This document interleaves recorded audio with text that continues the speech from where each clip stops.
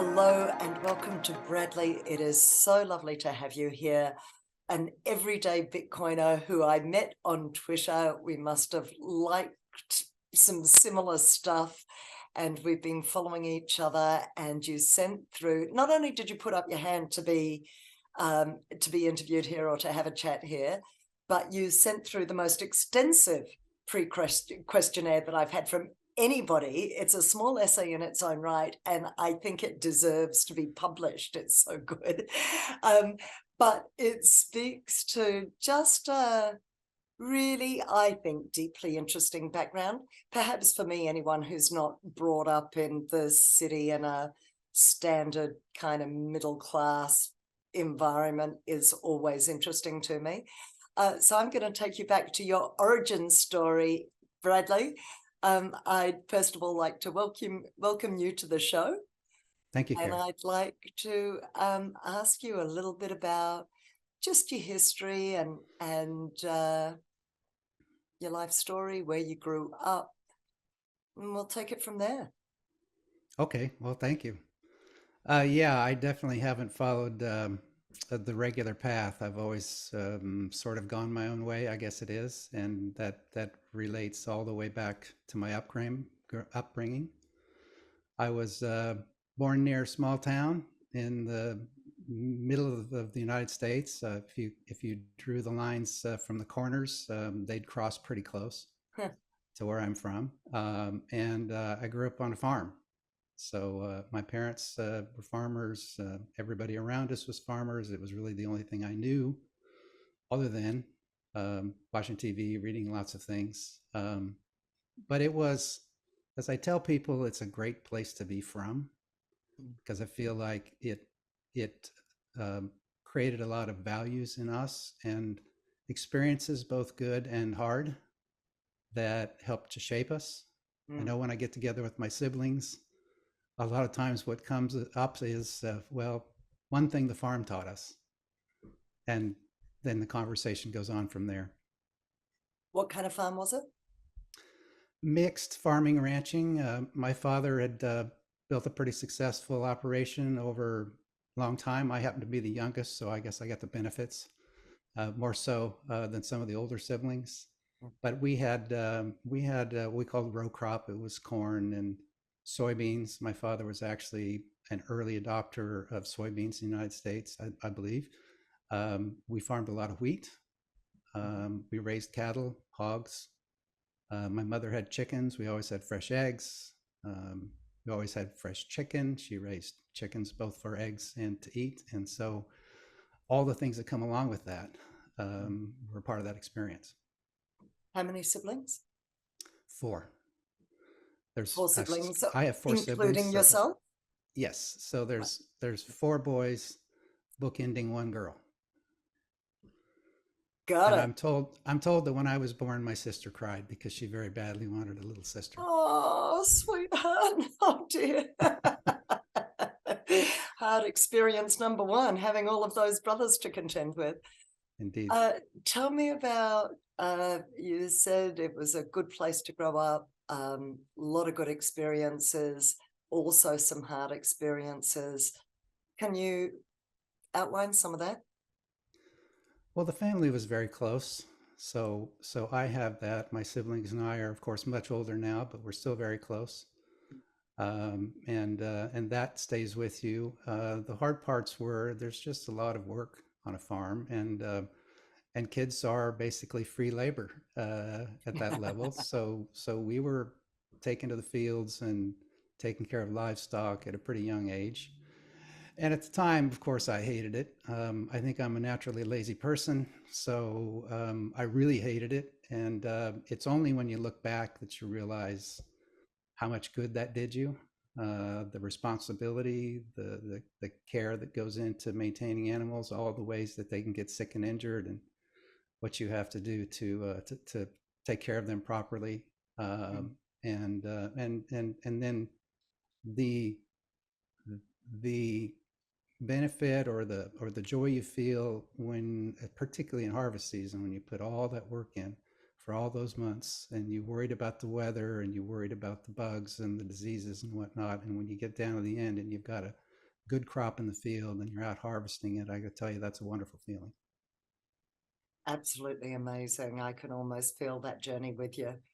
Uh, there's been some tough times from a weather point of view in terms of sometimes you put in, of course, all that hard work, and this is the stuff that really gets me about farming life. Sometimes you can do all the hard work in the world and not see that crop at the end for all the reasons you've just outlined in terms of Indeed. rain and bugs and diseases and so forth. You would have been through a few of those, I'm assuming. Yeah. Yeah, that was part of the worry every year because you could have, for example, in the wheat harvests in the summer. So you could go through the whole season, have wonderful crops standing in the field, and then get a thunderstorm with hail and really literally smash it flat on the ground to where it was not harvestable, just gone. Ah, Or fires happen too. That wheat fields are very dry and very easy to burn, and so it does happen. When a wheat field catches fire, it's gone. So the crop can be destroyed in minutes, what you put, most of a year into producing. yeah, yeah, absolutely. And this is one of the problems with life in general, isn't it? Is that it takes a lot of time to create something and minutes to destroy it. Indeed. So, seeing it in Russia and Ukraine. So, uh, were you homeschooled or did you go to a local school? How did that work? Local school, Yeah, local public school, right? yeah. It was a small town, about 150 people, and when I was very young, first, second, third grade, I forget exactly, the towns in that part of the country have been tended to be losing population for a long time since they were originally founded. And so the big fight, if you will, of that time was school consolidation. Yeah, So yes. they didn't have enough kids to justify a school in every town. So they started going through consolidation where they would choose a town to have the school and then close down some of the surrounding schools and then bring all the children there. And of course, all the townspeople fought to keep their schools Mm, because they knew that once you lose your school, your town is on the road to dying. And ah, so they fought for a long time against any consolidation, and then they came up with compromises. So, for example, where I went to school, the primary school was in my hometown, but the high school was in one of the neighboring towns. And that oh, was the compromise. yeah, okay, got it.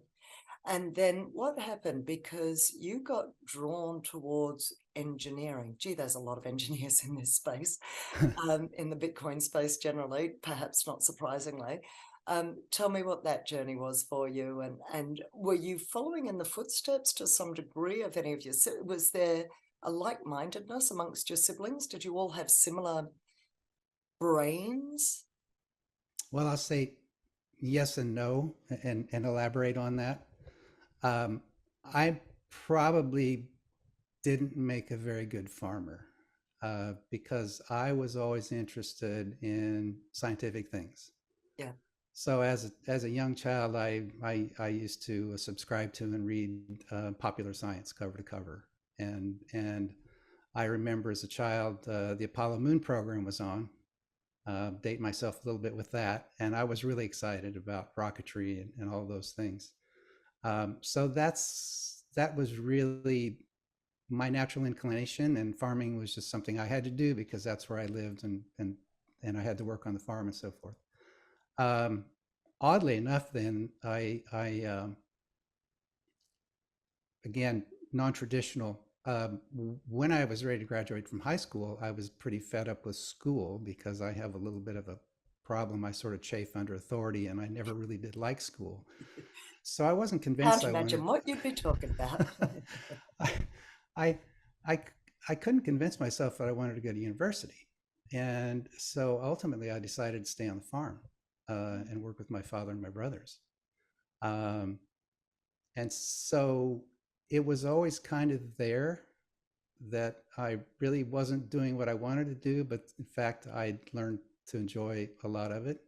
One of the things we did was we raised uh, registered breeding cattle, and so I went off and got schooled in bovine artificial insemination, and I did that As for a one while. Did a does. lot of things, uh, but ultimately, I reached a point where I realized this really isn't where I'm going to spend my life. And one of the things that I did, the very first computer program I ever touched, I went to a local extension course, extension course, and got some basic programming instruction.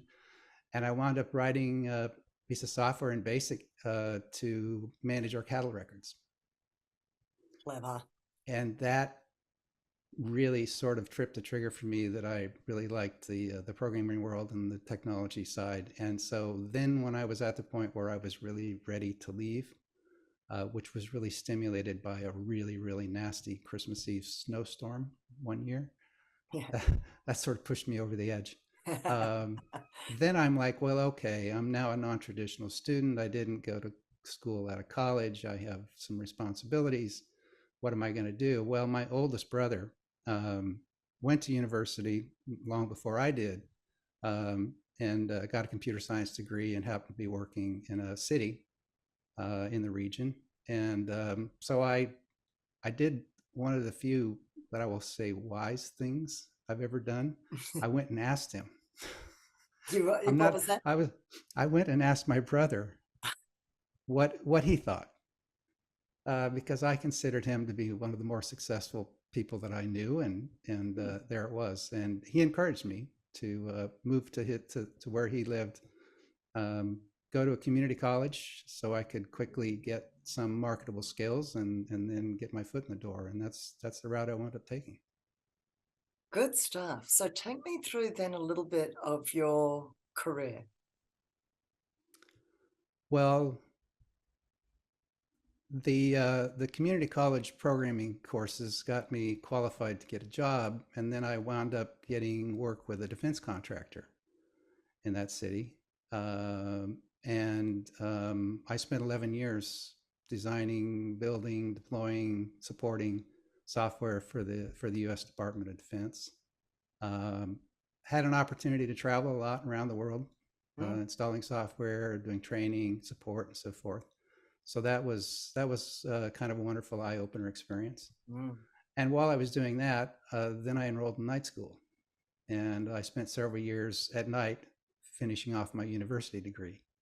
So you have to really want to. Mm. It gets awfully hard when you get close to the end. I know people who've gone the same route who never quite finished because they Yeah. just couldn't stand it anymore. And I was too determined. One thing about me is I'm very, very stubborn. When I set my mind to something, I'm going to stick with it until I see it across the line.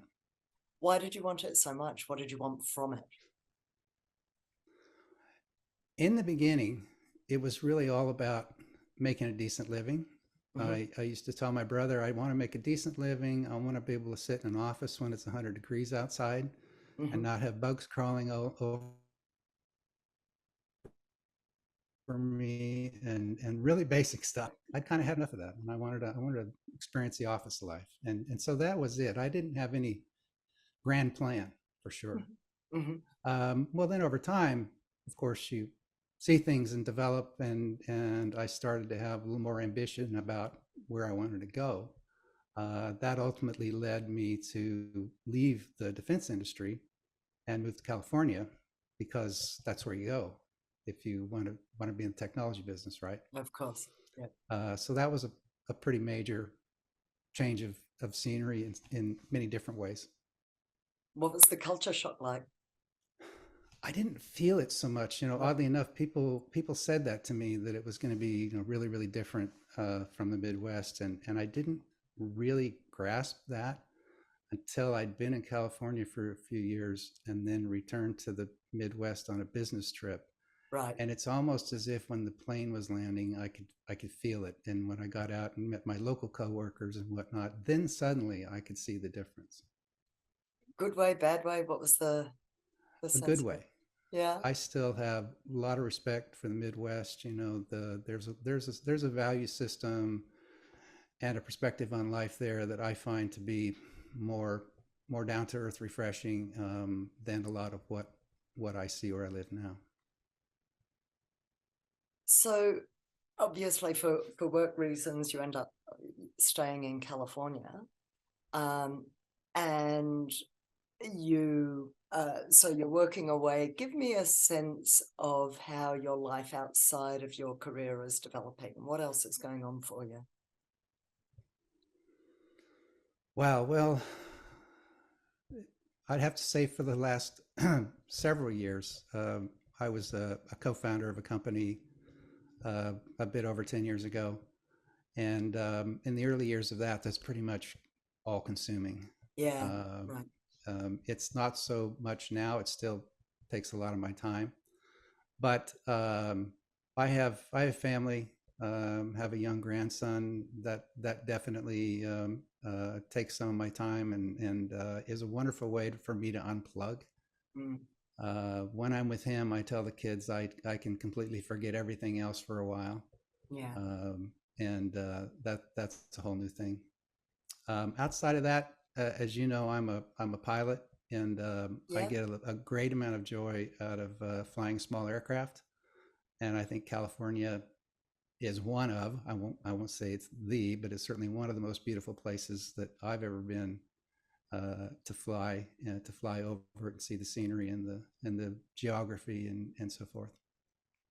The themes that are coming through, the more interviews I do, the more kind of themes in terms of Bitcoiner characteristics that come through.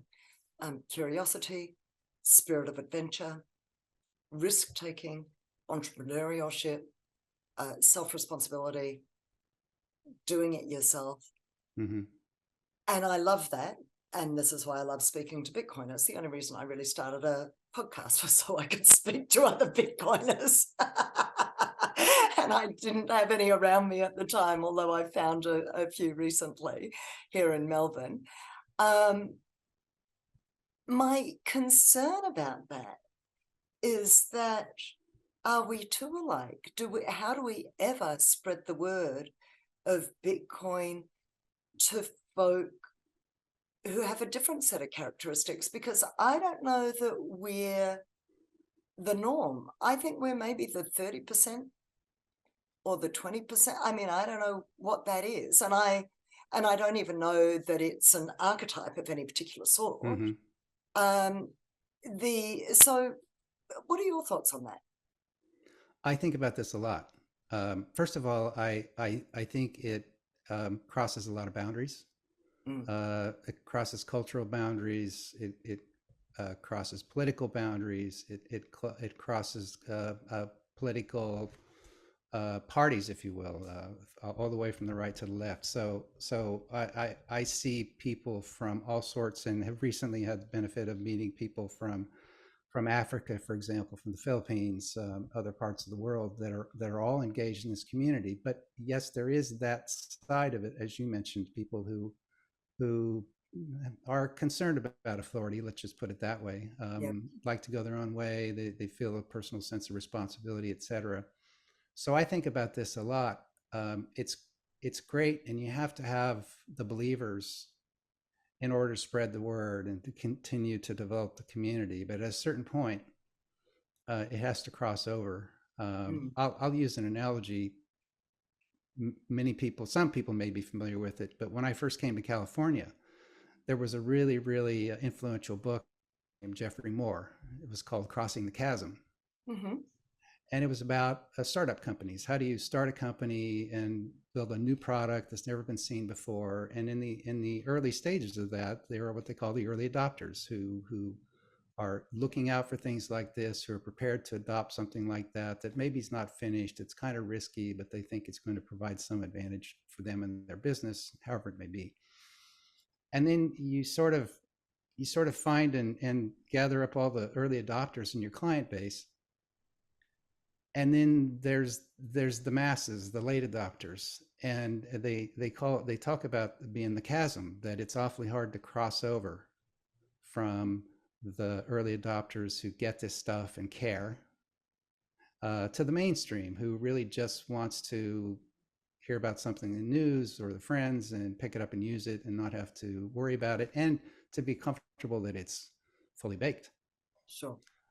So I think every technology has to go through that, and I'm not sure where people would characterize Bitcoin in that regard, but I agree with you, and I think about it a lot. How do we get the word out, and how do we make it kind of a no-brainer so the Hmm. people who really don't want to have to think about that Yeah. just just use it because they know it's there, they know it's good, or they've heard it was good, and there's this general acceptance. Jeff Booth makes some very interesting comments around this. He talks about the kind of the plumbing versus the benefit, if you like. So Hmm. what we're dealing with at the moment is almost like the early days of the internet when it was kind of HTML and you had to be right down there in geek territory in order to be able to appreciate it. But it didn't have obvious advantages to the community just Right, yet. right. And really, until you get layer 2 going on and Lightning Network in broad adoption, and when merchants start realizing the reduction in the visa fees and so forth, like the Exactly. credit card Hmm. fees.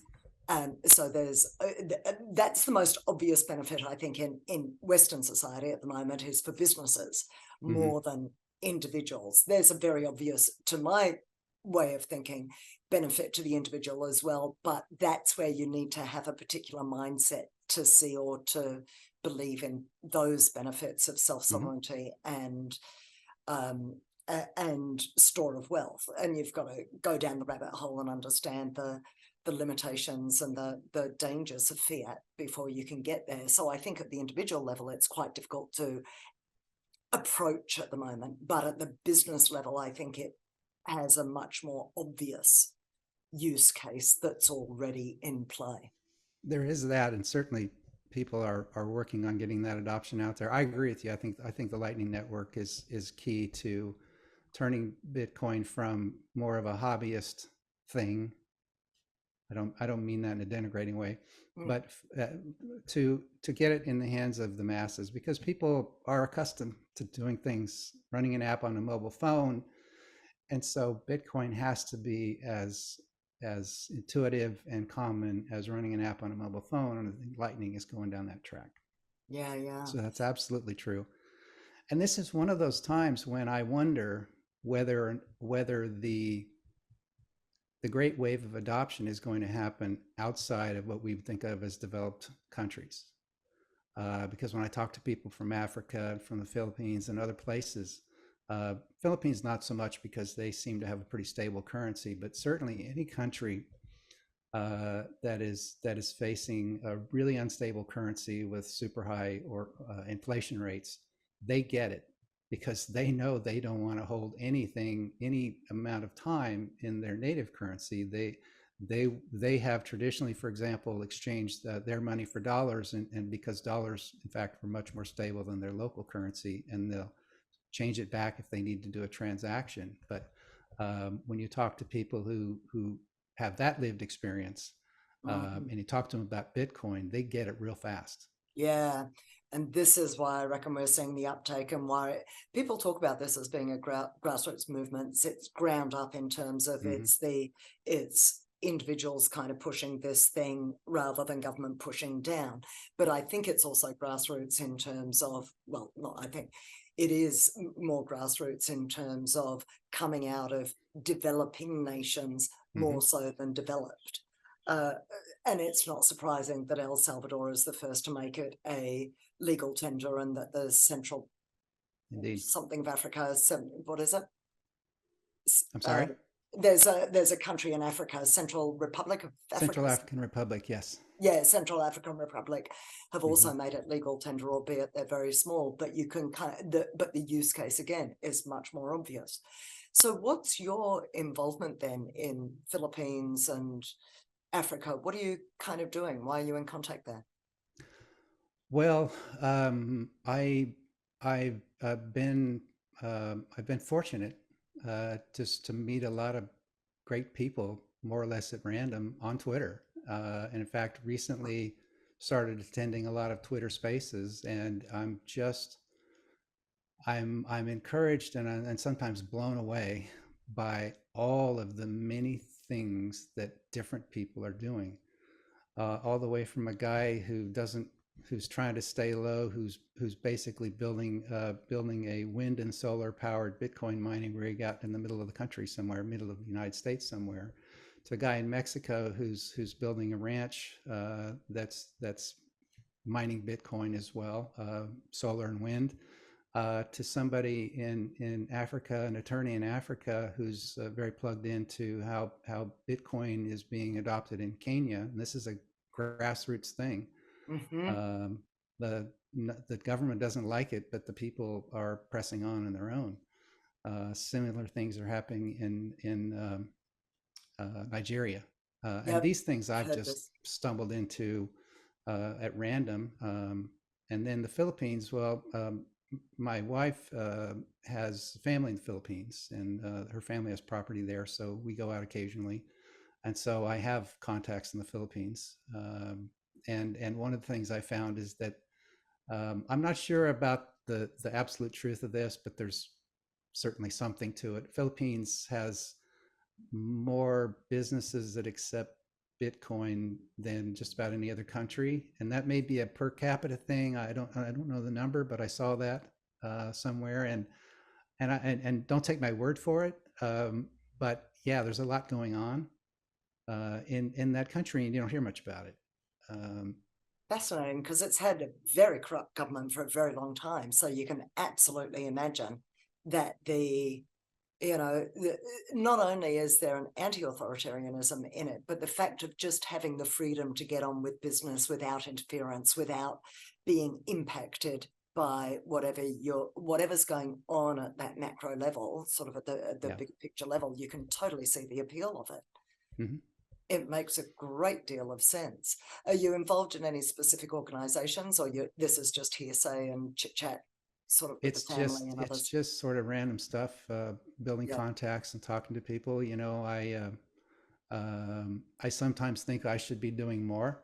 Mm. And then I learn about someone who's doing something that's 100x what I could possibly do, and I say, well, good, he's doing that. I don't have to. And I get a lot of that, and that I feel pretty good about that. So I'm sort of looking at, well, what's my role, and I would say truthfully, I'm still figuring that out. Um, Yeah, look, I reckon that's part of it, isn't it? And I just had a couple of penny drop moments recently where I went, I think I can see where I can bring value to this space, where I can actually make a difference. And for me, and one of the reasons I picked your brains around how do we bridge that chasm of, mhm. bringing it to people who don't see the obvious value at this point in time, whilst we're still at the plumbing level and we haven't got layer two broadly developed, is because I feel like my space might be, because my background is in communications training. Mm. And so the idea of doing a series around how we more effectively orange pill individuals, businesses, groups, the world, whatever, I think that might be kind of where I can bring something useful to the party. But it's all about kind of what are our individual talents. And if you've got artistic ability, then you're going to be doing something in the NFT space, perhaps. And yeah, and bringing it in that way via Mhm. Disney, you know, and we all sort of bring our unique talents and capabilities to the space, and with engineering, it's such a natural fit.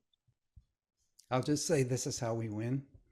Um, Everybody who's engaged, who feels compelled to participate and to do something, brings their own unique perspective and talents to it. And this one of the beautiful, in fact, elegant things is that you have this grassroots effort with all of these individuals coming up with their ideas, trying their ideas. Many of them won't turn out.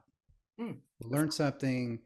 It won't prove to have longevity. But when you look at the thousands of people who are doing this, I'm sure that those that I'm aware of and have met is a tiny sliver of what's mm. out there, because I sometimes use the pile of rocks analogy. Every time I turn over a rock, I find more rocks. And then I turn over more rocks and there's more rocks underneath. And I'm just blown away by the people that I routinely meet that I had no idea 2 days ago that they existed, that they were doing this thing. And it's really exciting. It And is really exciting. and Tell me a little that's bit. the entrepreneurial side of this, you know, Yeah, that's true. that's what really makes things happen. You know, the idea that you're going to have a few smart people in the government who happen to get funding, that they're going to come up with something better than 1,000 or 10,000 individuals who are pursuing their passion. And I got to tell you, I know who I put my money on. Yeah, it's a very valid point. It's a really valid point. And I got to chat with Greg Foss recently. Do you know Greg? And I I don't know him, of course, but I know of him very much, and it's hard to miss Greg. it's hard to miss Greg. And he was saying, when you're paid to not understand, Hmm. you're not, you're not going Yeah, to understand. I mean, two people at the top have got a vested interest in the old system. yeah, Really, that's the problem. And they're invested in Walmart, and meanwhile, Amazon's coming up, and they are, they're the Kodak, and exactly. they are paid to work it the old way and try to make the most of the old system until it dies a thousand deaths. Uh, Tell me about a little bit about your Bitcoin journey and your rabbit hole, how you first came across it. Hmm. I know there was a bit of a lag time from when you Definitely. first met it to before you were willing to kind of, and had the time to Exactly. explore it more deeply. And also the point that you made in the questionnaire you sent beforehand was it also wasn't as easily accessible, and there were a whole Hmm. lot of sketchy issues going on with Mt. Gox, etc. So Right. take me down that take me down that path. Yeah, well, I couldn't tell you how I first learned of Bitcoin. It's one of those things where suddenly it pops up on your radar. I've been in the technology industry for a long, long time, but I've not ever been one of those persons who was out on the bleeding edge. I'm someone who doesn't like to play at it. I need to have a purpose. I need to be Mhm. building something and know what it is and why I'm doing it. And Yeah. so it came to my attention. Could have been a Google search, Yahoo search, a little bit of a news article. I don't know. But at any rate, 2013, 2014 ish. I don't remember the date. Didn't write it down. But it was around $300 to $500 per Bitcoin at that time. Pretty sure it went down a lot after that at one point. So you know, the one side of me says, you know, grit your teeth, you missed it. But but I did look into it a little bit, and to your point, good information was hard to come by back then, Yeah. or maybe I didn't try hard enough. But certainly, it's not as easy as it is now. And bit by bit, I learned a few things about it, and then I thought, well, you know, maybe I should set aside some money that I would otherwise blow on entertainment, and everybody should have a little, right, just in case. But I didn't really pursue that. I was curious about miners. I didn't know what Bitcoin mining, you know, what is that? It's Hmm. just software, right? So, what is that exactly? Hmm. And I toyed briefly with getting the software and running my own mining rig.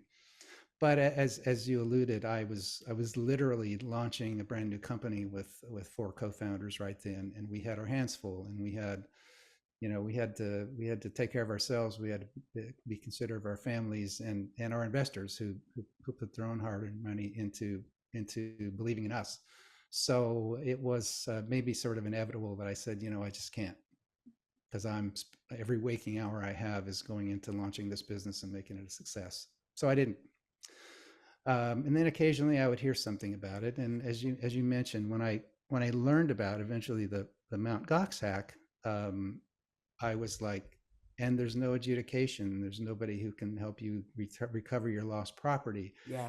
And me being trapped in a fiat mindset, that was a deal killer. So Hmm. I'm like, okay, this is too sketch for me. I don't want anything to do with it. And I left, and I basically dismissed it and ignored it for a long time.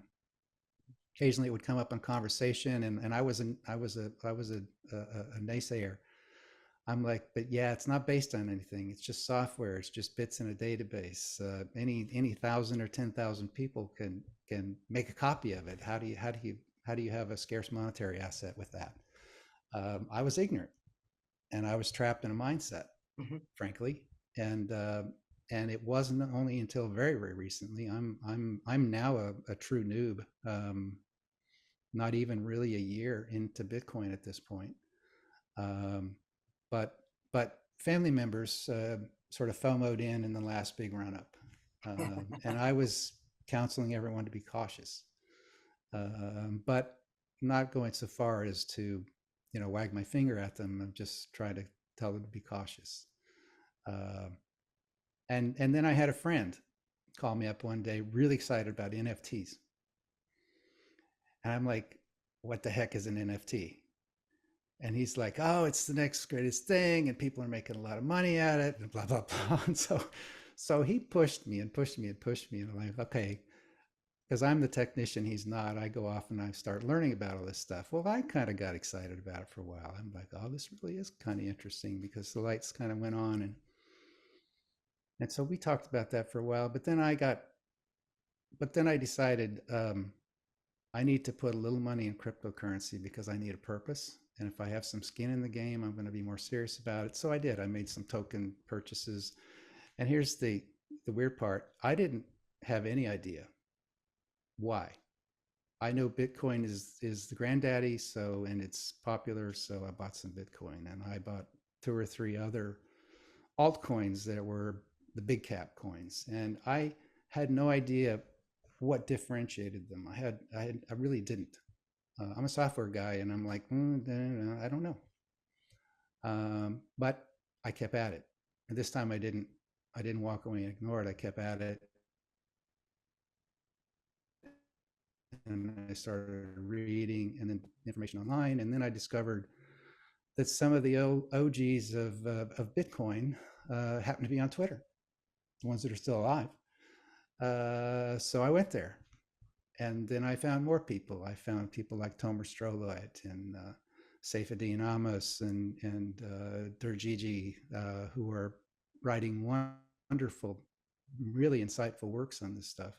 And bit by bit, I'm reading these things, I'm learning these things. Somewhere along the line, I decided, well, duh, really ought to read the original white paper if you're going to do this, right? so, so easy to find. Bitcoin.org, and I pulled it up and I read it, and I still remember the chill that went up and down my neck, and the hair went up on the back of my neck when I read the words, and it finally sunk in. This whole notion of trustless, Yeah. decentralized, proof of work, and how it all ties together. And I was just literally blown away by the brilliance of it and this simple brilliance of it. Uh, I read the paper. I'm okay with math. I'm no mathematician. I had to skip over some of the math, but I read it. I was like blown away. I walked away, and a couple days later, I had to ask myself, was that really, really, really, really? So I read it again. Got to chill again. Um, and that's when I have to say I was orange pilled. Yeah. What a Uh, way to be orange pilled by Satoshi, by him, Satoshi, herself, themselves, him, whoever. herself. Exactly. Amazing. What an Exactly. amazing experience. Most of us I, just come in via, as you say, the kind of the OGs or some other folk out there in Twitter. yeah. And you went to the source. I didn't read the white paper till much later. I'd already kind of gone down the hole by then. I So like, if I could, I like to think that Satoshi is a woman. I you'd can do like to that. think, Nobody sorry, say knows. that again. I like to believe that Satoshi is a woman. Yeah, why do you think that? Or why do you like to think I find the sort of reticence to be in the public light more consistent with how a woman might approach it, and maybe a concern about not being taken seriously. I don't know these things. It's just it's a fantasy I have, but I sort of tie it back. Here's my tie back. Have you heard of Ada Lovelace? no? Ada Lovelace is often described as the very first programmer. I mean, programmer number one. She was involved with Charles Babbage when he was building his computing engine, and she is described as the very first programmer, which I think is a big disservice to her because she wasn't the first programmer. She invented programming.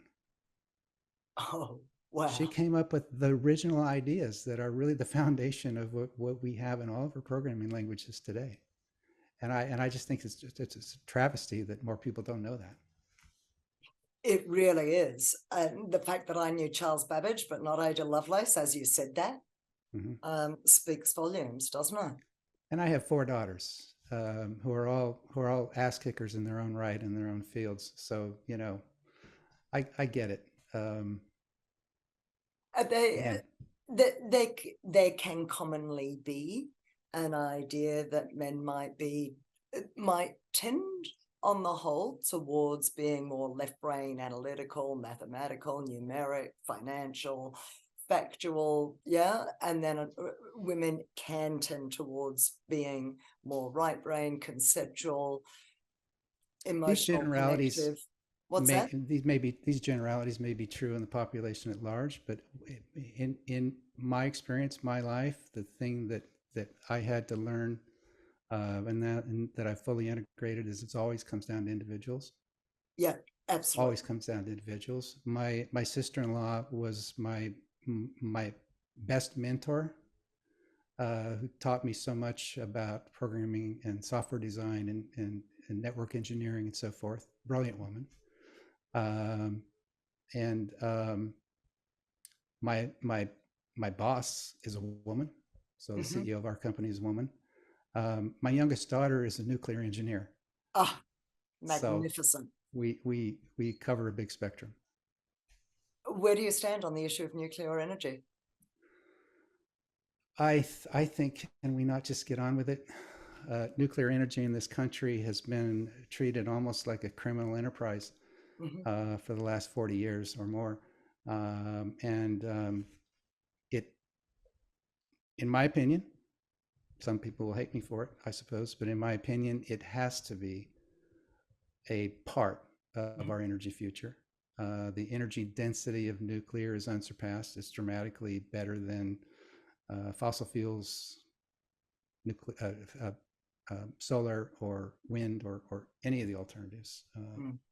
Mm. It just has to be. And frankly, so many of the fears about nuclear radiation and so forth, are not unfounded, but are sort of based on really old data. Hmm. Yeah. And there are some fabulous, fabulous, much evolved designs for nuclear reactors that are orders of magnitude safer than the original designs, which, all of our nuclear plants in this country, are at least, I want to say, 30 years old. Don't quote me on that. I'm not an expert, Mm. but they're old, right? And they're based on basically pretty old technology, and much has been learned since then. And it's just, we have to look at everything. The idea that we're going to curtail people's access to energy is really going to take our societies backwards, Hmm. I think. And so what we really should be doing is figuring out how to be using the energy we have efficiently, producing it in every way that makes sense, in a variety of ways, and having an integrated grid, that takes advantage of all these things. Have you revisited the idea of mining? Oddly, odd that you should bring that up. One of the resources that I found very useful in my journey is, it's a YouTube channel called Trader University, Oh, run yeah. by a Who's man that? named Matthew Cratter. Right. Um, he just put out a video today suggesting that everybody ought to have a Bitcoin miner in their house. and and so I think it's worthy of consideration. I've been thinking more about a lightning node, but I'm not technical in nature. So for me to take that on right now is a massive, massive learning curve. And I've kind of got 3 businesses running at the moment as it is. Mm, If I count this as a mini business in its own right, albeit right. more of a hobby. But I'm doing this, I'm learning actually trading and reading, and technical analysis and learning charts. I Hmm. do want to get to a node though, and there are people here in Melbourne who can probably help me out a little bit with it. So you're revisiting that idea, yeah? Yeah, Are you yeah. near an energy source? Um, well, first of all, I'm late to the party and pretty slow about it, but I am. I have the gear and the operating system installed so that I can launch my own Bitcoin node. And I think from what I've learned that everybody who's got the wherewithal really ought to consider running a Bitcoin node if you care at all. You know, it's my part, it's my little part I can do to help secure the network, Yep. keep it decentralized, radically decentralized. I, like you, I believe I'll wind up running a Lightning node on that. I think that's another logical thing to do, and we can help the Lightning network grow. And now, of course, I'm starting to sort of, in my mind, toy with the idea of a miner. Now, I don't have any. It would just be off the power grid, Mhm. and electricity has gotten more expensive Yeah, in my area in this past year. So it's a I think all over the consideration. But world.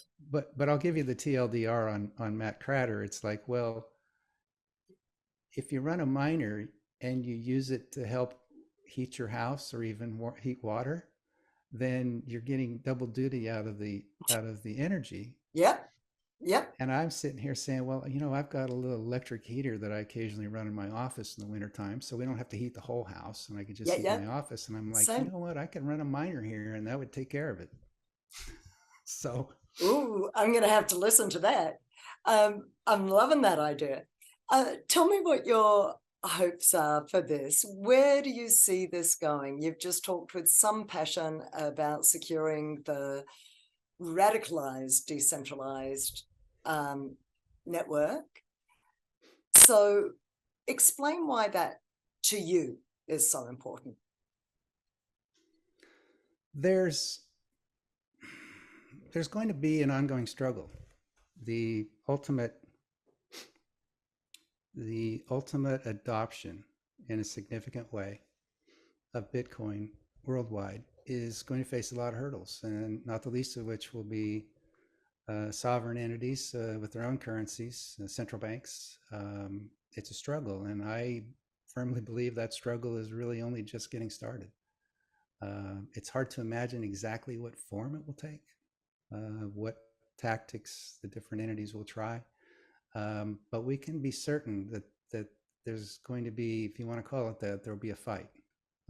I hope the grassroots adoption will spread widely enough, fast enough that governments will sort of have to agree to get on board, even grudgingly, in some fashion, rather than sort of the harsh actions that we've seen attempted in some places. Yeah. Um, so there's that, and I feel like that the other danger is that Bitcoin just sort of becomes captured by large corporate interests. Yeah. If it gets into too few, too big hands, then you lose the decentralization, and it would no longer pass the black bag test. So you mentioned the black bag test. I'm not familiar with that phrase. What does that mean? Yeah, I didn't invent it. It's one of those things that I stumbled across in my many hours of research. That basically, if you have a cryptocurrency, um, and you can imagine a powerful enough entity, whether it's a government agency or even a corporate interest, that can go gather up a small group of people, Uh, or gain control or sequester enough of the hardware that's associated with the network, or shut it right. off, um, then it's effectively you can take that coin, if you will, that cryptocurrency. If you can put it in a black bag and carry it off and throw it in jail, then you don't have a decentralized cryptocurrency, Gotcha. and and you're not safe from that. Now, no one's safe ultimately, but something that's widely decentralized, many different jurisdictions, many different cultures. It's often said about Bitcoin that there could be some dramatic event that would take an entire hemisphere of Bitcoin nodes offline. And if there's even one that still survives, then Bitcoin can reboot. Yeah. Yes. And I find that absolutely gobsmacking. I'm going to ask you to speak up a little bit. We've got a storm starting here, and I've got a Oh, lot wow. of trees outside my window, and they're blowing, and the wind's coming down, the rain's coming down, and I'm struggling to hear you a little bit now. So, um, uh, okay. And so, in terms of society, have you said you've read the Bitcoin Standard, or you've read some safety, you've Mhm. read some of these guys, so you've become convinced of the fiat Ponzi scheme and the central bank printing issues, and that being the cause of the inflation and the loss of purchasing power and standard of living for the masses, and a transfer of wealth from the middle and working classes to the cantillons, yeah, the Mhm. cantillionaires, as it were. um, all of that rings true for you as you read that and you question that, because this is the other thing that I find amongst the Bitcoin community, is that every time we read something, we're questioning it, we're questioning our own thesis, we're checking ourselves, um, nobody sort of goes into this stuff blind. It's a big deal, and it's a big deal to buy into, both in terms of the problems that we face, the causes of those problems, as Mhm. well as the solution that we've all got a certain amount of our portfolio tied to. Uh, what was your journey around that, and how convinced are you of all of that? Uh, it wasn't that was an easy road for me because I have recognized issues with our financial system really from my youth forward. Um, I know what we dealt with on the farm, what my father dealt with in his finances. Of course, he was debt financed. There was a big farm crisis in the late 70s, early 80s that nearly destroyed the things that he had spent most of his life building. Um, I didn't understand it very well at the time, nor for a long time, but I understood it enough when I saw the government continually manipulating the money, the balance sheet growing, the Federal Reserve, and so on and so forth. And then when we had the great financial crisis, that's when the lights really started to go on. Just how far afield, how far from rational reality in my mind these things had gone. Because but realize there, there wasn't anything we could do about it Mm, unless a large enough segment of the population is really angry about this and holds people accountable. There is no accountability, and they'll keep doing what serves them or serves their interests, or their perspective. I'm not going to ascribe any evil intentions to anyone, mm, but is a system that looks out for itself more than it looks out for the people of the country. yeah. So that was all there, and for many many years it was like, well, we just have to grit our teeth and bear it, and we have to recognize that this is the system we have, and then you have to say, well, what can I do? How do I manage my money so that I can insulate myself from that to the extent possible? And I think for a lot of people have recognized that in the United States, at least, that is through investing in assets of some sort, Mm-hmm. whether it be the stock market, whether you are a gold bug, or real estate. In fact, real estate became financialized in this country, and the prices really ridiculously out of reach of most people. That was part of the game, that real estate is tracking the expansion of the money, and if you were in it, your boat floated, and if you weren't in it, then you kind of got covered up by the water. So all of that, it was more of a game of just trying to go the route that was going to protect you the most. But there really wasn't anything you can do about it. And then Bitcoin comes along, and now suddenly you realize there's an alternative. There's another way, and it takes time for your thinking to change, to break away from that fiat mindset and step Mm-hmm. outside and look back at yourself and look back at the way you were thinking and think about things in a different way. And when you think about trustless decentralization, it takes time for that to really sink in.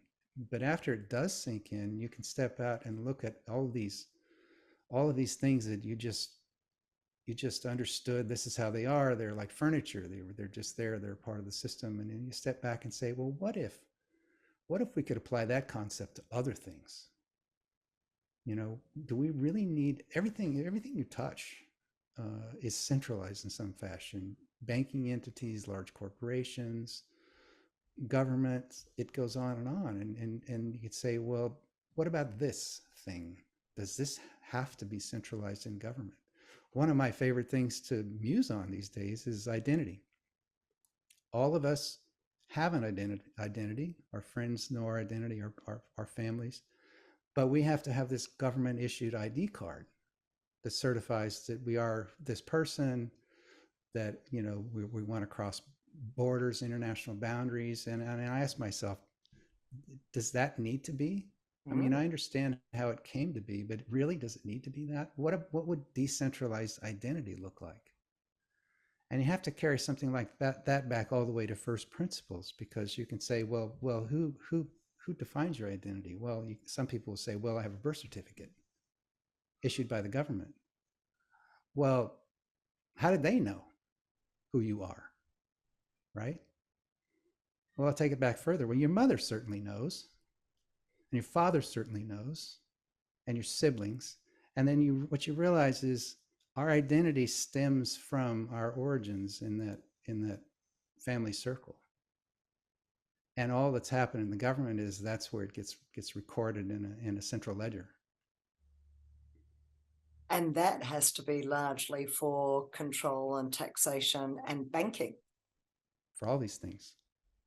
Now, don't get really, me wrong. are the only Governments reasons. It's for their benefit. provide they do. I mean, don't get me wrong. Governments provide a lot of useful benefits. You know, the one of the primary purposes of governments is to adjudicate conflicts, disagreements, Yep. so that people aren't shooting at each other. Right? Mm-hmm. You can peaceful conflict resolution. So I'm not an anarchist. I'm definitely a small government person, but it's not. I'm not going to sit here and say, well, we can just throw it all away. Mm. So what I look at, but I look at these things now, and I look at them um, in I hope a more enlightened way, to say, well, how much of that is the way it is because it got that way? That may have been, you could call it essential in some period of time, but what if we could think about that in a different way? What would that look like? I wonder that a lot. I think we all do. It's that visualization of actually, in reality, this does change everything. And what does that even begin to look like? And I'm not sure that I can speculate. I've really struggled with this. You know, I need a science fiction book to to give me a few ideas about the possibilities. You're not an anarchist, you're a small government person though. So, and I want to start moving towards a wind up here, but in a what do you visualize as a hyper-Bitcoinized world, you know, where this is the standard and money is scarce and we're on what's the word, I was going to say longer time preferences. Is that yeah, no, not longer, they talk low time preference. Low time preference, yes. um what are your thoughts around what are your hopes for your daughters, for your, God willing, your grandchild, already your Mm-hmm. grandchild and future grandchildren? Yeah, I think it was Anthony Pompliano that tweeted something out several weeks ago, something on the order of, when you look at your investment portfolio, just imagine you're you're managing the portfolio of your grandchild, Yeah. and see if that doesn't change your perspective on things. And that one struck me. That sort of encapsulates my thinking that I'm definitely not at the beginning of my life. Hopefully not very near the end, but one never knows. Um, so I think about these things, it's less about me these days, and more about, if you want to call it that, legacy. Mm-hmm. So one of the reasons that I'm in Bitcoin is that I perceive, I hope I never sell a sat. And that would be something that I can pass on to them. Um, but on the other hand, um, I'm still, even after the hundreds of hours that I've spent studying, um, and the amount of effort, the people I've talked to, the books I've read, etc. I really still feel like a noob. I feel like I'm just fresh to the space, and that I've got so much to learn. And I realize also that my thinking, it continues to evolve. Mm-hmm. So I feel that low time preference coming in. I feel myself slipping back and forth sometimes. Sometimes the old way of thinking, sometimes the new way of thinking, and I don't know yet what it quite looks like, but I've heard some people say some things like, and this has happened to me. When I go to purchase something, I'll step back and say, do I really need that now? And how many sats could that get me? And if I'm looking at this item versus sats, I'll take the sats. And it changes this whole notion that this rapid human consumer culture that we live in. I really think that if people aren't caught in the rat race of the constantly eroding fiat currency, and the fact that savers are losers basically in a high inflation environment, or any inflation environment, that when you turn into a deflationary hard monetary asset, it really does change things. And I think ultimately it will change mindsets, and people tend to look at things, instead of buying the short term or building the cheap short term product, that now you're like, well, if I'm going to part with this money, I want some quality, because I know that those sats are going to be worth more next year or 10 years from now than they are now. So if I'm going to part with them, then I want to really be getting something for my money, and not just something I'm going to use up and ignore and throw away. How optimistic is that? You know, they say Bitcoin changes you more than you can change, well, obviously it or anyone else around you, or even yourself. And it's almost like once, it's two things at the same time, isn't it? It's once the seed phrase is in your head and the idea is in your head. You It's can't unlearn it. You can't there's put it no back. going back, is there? There's a reason why Bitcoiners meme about the Matrix all the time, because there's so many parallels to the thought process. And once you're red pilled, you're red pilled. Once you're orange pilled, you're orange pilled, and you can't go back in the power plant. No kidding. Absolutely no kidding. It's feeling like potentially a beautiful spot to finish up. Is there anything, Bradley, that you would have liked to have covered, that you were hoping we might get into, that we haven't done, you wanted to do a little bit more justice to, or any final words? Well, just a little bit. Anyone who's sort of on the fence, thinks maybe this is too technical, too hard, too sketchy, or whatnot for them. Um, the thing to do is just do a little work. Um, Go search for something on the internet. Get on Twitter. If you're already on Twitter, go find some of the Bitcoin people, and just let it wash over you. You don't have to work very hard at it. Just a little bit here and there, and you will eventually decide whether or not this is something you believe in, or not something you want to do. But I'll say this one thing: whether you want it or not, Bitcoin is coming. And so do yourself a favor, and get started sooner rather than later. Beautiful. Get off zero and do a little digging. Really, what a pleasure, Bradley. Someone across the other side of the world, brought to me first via the technology of Twitter, then via the technology of Zoom, all to do with the technology of Bitcoin, bringing us together globally to build our own little sovereign nation of Bitcoiners. Wonderful stuff. It's been just gorgeous. What a delight. Thank you for taking the time. Thank you for being here. I look forward to, I hope, staying in contact, certainly on Twitter, Mm-hmm. and maybe beyond. You take good care, my friend. Thank you for being here with me. It's my pleasure. Thank you so much, Carrie. I really enjoyed it. All the best. Cheers, man. All right, bye-bye.